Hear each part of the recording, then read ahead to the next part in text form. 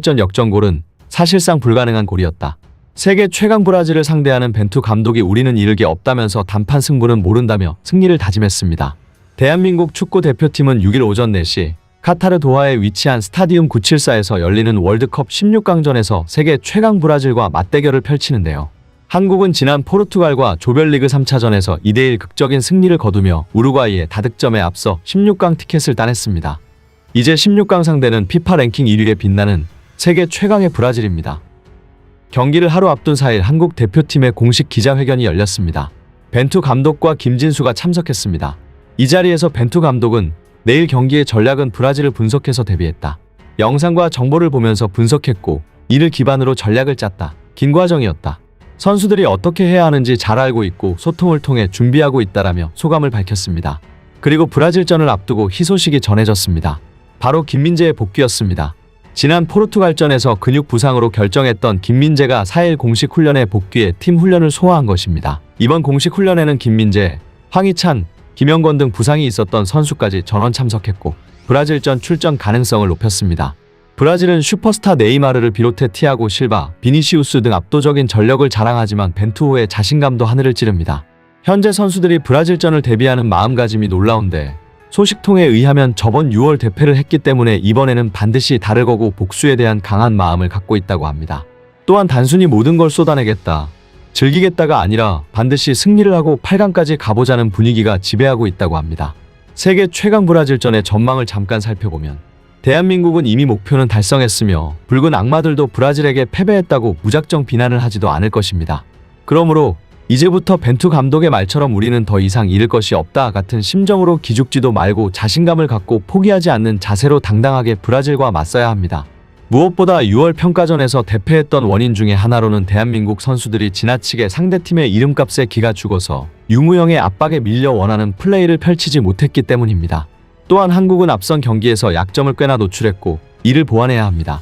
우루과이전에서 보여준 부실한 결정력은 그나마 조규성과 이강인의 활약, 황희찬의 복귀 등으로 보완해오긴 했지만 수비가 계속해서 발목을 잡는 모습이 나오고 있어 공격이 강한 브라질을 제대로 막을 수 있을지가 문제인 상황입니다. 특히나 측면 수비력과 자신들의 문전 앞에서의 집중력이 문제되고 있습니다.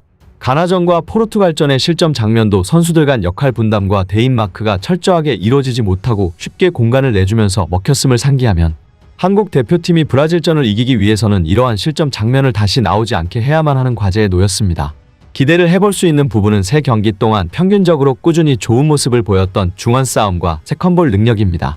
비록 결정력 부족과 상대의 철저한 수비로 인해 빛을 보지 못할 때가 더 많았지만 조별리그 경기 동안 중원 선수들이 적극적인 움직임으로 공을 따내고 그렇게 갖게 된 볼을 연계해 득점 찬스로까지 연결하는 모습이 꾸준히 나와줬기 때문에 이번 경기에서도 그런 장면이 나오길 기대하는 수밖에 없습니다. 특히 우루과이전의 벤탄쿠르, 발베르데 같은 강력한 중원 선수들 상대로도 우세를 점한 중원이었기 때문입니다. 최근에 열린 한국과 브라질의 평가전에서는 브라질이 5대1로 승리하였는데 이 경기를 통해 확인한 것은 공격적으로 맞붙을 경우 한국이 브라질에게 절대 열세에 있다는 것입니다. 특히 정우영의 수비력, 키핑력이 브라질을 상대로 통하지 않았습니다.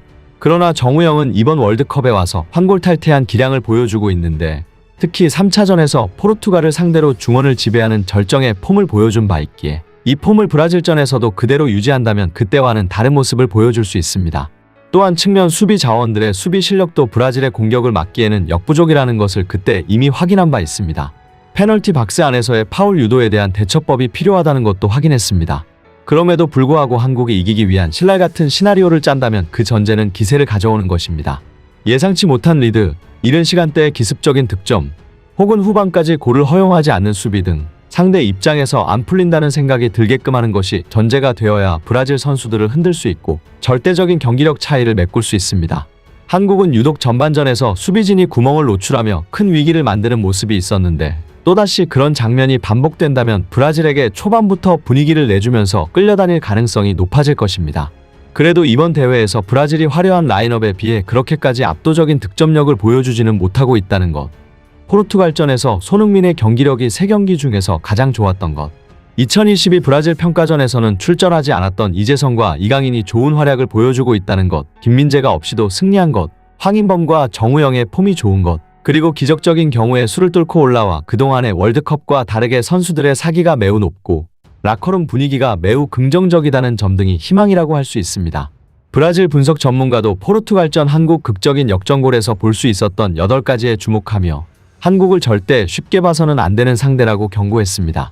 모두가 지나쳤던 그 8가지에는 캡틴 손흥민과 대한민국의 의지가 어느 정도인지 단적으로 보여주는 사례라고 말한 것입니다. 그의 분석을 살펴보면 브라질이 경계해야 하는 것은 한국 선수들의 기량이 아니라 분위기이다. 스포츠에서 분위기가 행사하는 영향력이 어마어마한 것을 감안하면 우리는 한국을 최대로 경계해야 한다. 포르투갈전 역전골 장면의 이 8가지에서 우리는 주장 손흥민의 클래스와 그리고 한국의 저력을 확인할 수 있었다. 손흥민은 풀타임을 뛰어놓고 체력이 가장 부족할 후반 추가 시간에 거의 80m를 스프린트했다. 그런 상황에서 침착한 판단력을 보여주며 황희찬의 온사이드 타이밍에 맞게 기다렸다가 패스했다. 많은 수비들로부터 공을 안 뺏기고 기어이 지켜냈다. 패스 길이 딱 하나밖에 없었는데 그것을 봤다. 만약 조금만 세게 패스했으면 골키퍼한테 갈 수도 있는 걸 정확하게 힘 조절해서 완벽한 강도로 패스했다.